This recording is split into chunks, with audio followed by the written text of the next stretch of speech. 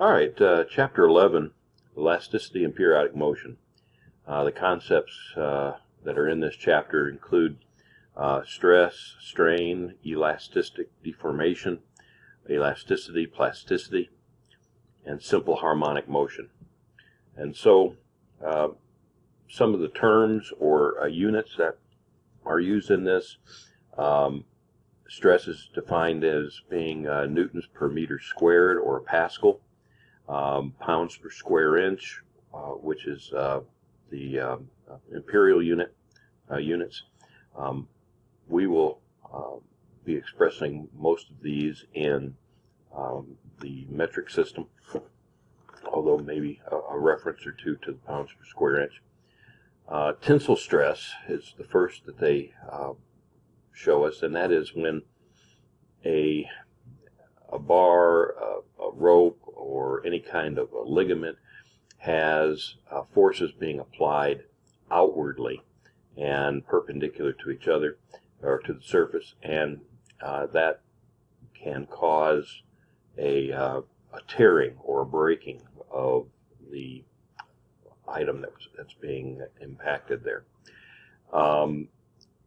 Stress can also be a compression in terms of having too much compression on a bar or a stack of something, and that's something that can become an issue in terms of things that are layered on top of each other. The reaction to stress is strain, and so this steel bar has a cross-sectional area here as it's being its initial length is here, and then the change of length goes to here, and that tensile stress is the force, perpendicular force divided by the area, and the strain is the change of length over the initial length, and that can give us an idea of how much strain a object is under. This is very important in determining what the limits are for a particular item. And so here we'll look at that more in just a second. But here's an example 11.1 showing you a basic illustration of that once the weight is put on the cord or rope or whatever it is, it will stretch, and that stretch will be accommodated to a certain degree. And according to Hooke's law, there's a linear relationship there. So as something is stretched, or as a spring is stretched, it will undergo a certain amount of, basically Hooke's law says the heavier the object is on the spring, the more the spring will stretch. And it seems a little bit elementary, but it's an important concept because there's a linear relationship there. As you put more on, you get more stretch, and it will recoil after that weight is taken off of it. However, there reaches a certain point. I think we have a graph that shows that here later on. Yeah, right here, where that linear stretch of Hooke's law is obeyed, but at some point, deformation takes place. And it reaches a point where it's not going to recoil back into its original shape, and that is when you left the elastic behavior, and now you have deformation, or you have what's called plastic behavior, or a shape formed into a new shape, or perhaps even a fracture point where it breaks. And so these are not a linear relationship, whereas Hooke's law is. And this is an important concept that's dealing with strain and stress. Architecture has this is very important in dealing with the construction of buildings. We just had an earthquake in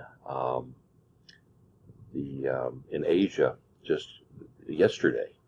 I think it was in Japan, and it was a pretty significant earthquake. And the buildings in Japan, the buildings in California, along the where they have the San Andreas Fault and so forth, or there's a lot of seismic activity, they build their buildings so that they have a greater degree of elasticity in the materials and the design of the structure, so that a little bit of shifting will not cause a catastrophic failure in the building. And it's not to say that the building won't still have to be massively repaired or demolished at some point, but that the building will not, under the immediate stress, collapse and cause loss of life or injury. So this is the kind of thing that we're dealing with, and can be very, very important to the application of physics in the design and construction of buildings and houses. So going down here to this chart again, let's point out that the elasticity is a behavior that is represented by Hooke's law, but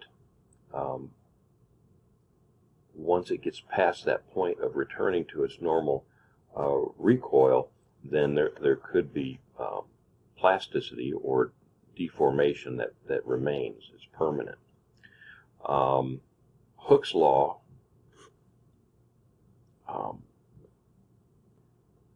includes some of the terminology that we see here: oscillation, which is a back and forth movement, restoring force, or the force needed to get it back to its original state; simple harmonic motion, which is the pattern of going back and forth; Hooke's law, which we've talked about; amplitude, which is the maximum